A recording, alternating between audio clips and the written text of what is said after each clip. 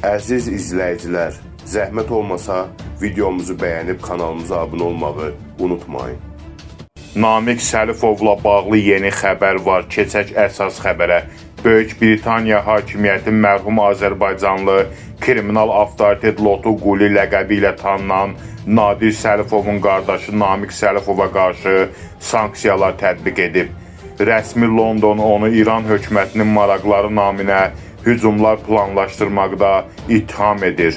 Xəbər saatına məlumat verilir ki, Namiq Səlifov mayın 11-də Böyük Britaniyanın Xarici İşlər Naziri Yvette Cooper tərəfindən elan edilən sanksiya paketinə daxil edilən şəxslərdən biri olub. Sanksiya siyahısını yeniləyərək Səlifovun doğum tarixi də daxil olmaqla əlavə şəxsi məlumatlarını açıqlayıb.